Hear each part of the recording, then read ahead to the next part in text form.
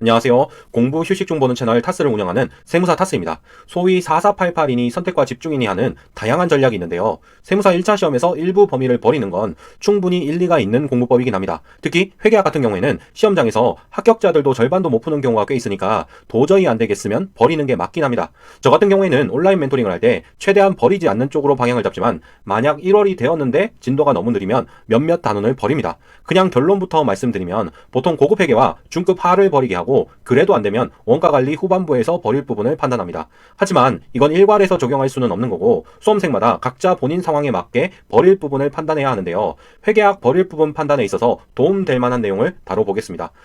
참고로 세무사 2차 시험 재무회계 원가관리회계에서는 버릴 수 있는 부분이 없습니다. 작년에 나왔던 주제라도 꼭 공부하시는 것을 추천합니다.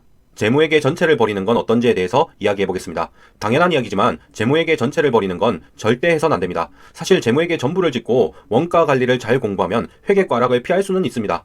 일단 1차 합격하고 재무회계 보충 학습하고 유예 준비를 하는 쪽으로 방향을 잡는 것도 얼핏 보면 말이 되는 것 같아요. 그런데 심각한 문제가 하나 있습니다. 재무회계를 공부해야지만 법인세법과 소득세법이 상당 부분 이해된다는 거예요. 재무회계 전체를 버려버리면 법인세, 소득세를 이해 못하게 되어버리니까 결국 재무회계를 버린다는 건 세법을 거의 다 버린다는 것과 비슷한 의미가 되어버립니다. 그래서 재무회계 일부를 버리는 건 그나마 괜찮아도 전체를 버리는 건 절대 안 됩니다.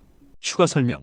재무회계, 법인세, 소득세 전체를 통째로 버리는 극단적 전략 구사를 원할 때는 재무회계 통째로 버리는 것이 가능합니다. 다만 너무 예외라서 책에는 수록하고 영상에서는 비추천했습니다.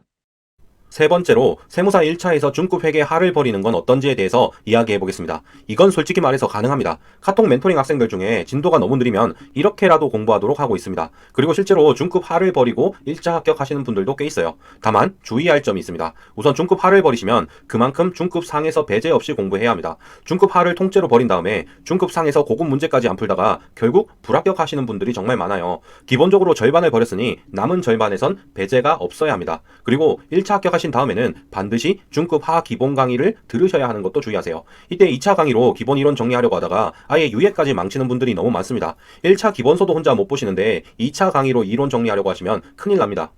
세무사 1차 원가관리를 통째로 버려도 괜찮은지에 대해서도 이야기해 보겠습니다. 결론부터 말씀드리면 1차 합격은 가능한데 상당히 비효율적입니다. 세무사 1차 회계학은 재무회계에서만 약 24문제 정도 출제됩니다. 예전엔 더 많이 출제되기도 했지만 요즘은 24문제 정도라고 봐야겠죠. 10문제를 확실히 풀고 나머지를 다 찍으면 확률상 40점이 되기 때문에 재무회계만으로도 꽈락 탈출과 1차 합격은 충분히 가능합니다. 그런데 주의하셔야 할 게 있는 게 재무회계건 원가관리건 항상 후반부가 어렵습니다. 특히 마지막 4단원 정도 가 아주 어려운데요. 그래서 원가관리를 통째로 버릴 바에는 재무회계 뒷부분 4단원 정도와 원가관리 뒷부분 4단원 정도를 함께 버리는 게 차라리 더 낫다고 봅니다. 물론 이렇게 버리시면 동차는 포기해야 하고 1차 합격 후에 버린 부분 기본 이론 강의는 재수강 하셔야 합니다. 2차 강의로 어설프게 보충 학습하려고 하시면 유예 합격도 힘들어질 거예요. 고급 회계 버리기에 대해서도 이야기해 보겠습니다. 일단 고급 회계는 버려도 1차건 2차건 합격 가능합니다. 다만 주의해야 할 부분이 있는데요. 1차에서는 고급 회계를 통째로 버려도 거의 타격이 없어요. 애초에 실전에선 시간이 워낙 부족해서 회계학에서 절반 정도 푸는 것도 상당히 버겁기 때문입니다. 다만 2차에서는 조금 이야기가 다른데요. 고급 회계에서 10점 내외로 나올 수 있는데요. 만약 출제가 안 되면 큰 문제가 없지만 10점 정도 마이너스가 되고 시작하는 거면 꽤 타격이 있다고 보셔야 합니다. 불합격 확정까지는 아닌데 꽤 손해를 보는 정도라고 이해해 주세요. 만약에 저라면 1차 공부 중에 고급 회계를 봤으면 동차 때 고급 회계를 가져갈 거예요. 1차 때 고급 회계를 안 보셨으면 동차 때 고급 회계를 버리고요. 대신 유예생이 되면 무조건 고급 회계는 공부하는 것을 추천드립니다. 그럼 이제 영상을 마치도록 하겠습니다. 긴 영상 끝까지 시청해 주셔서 감사합니다.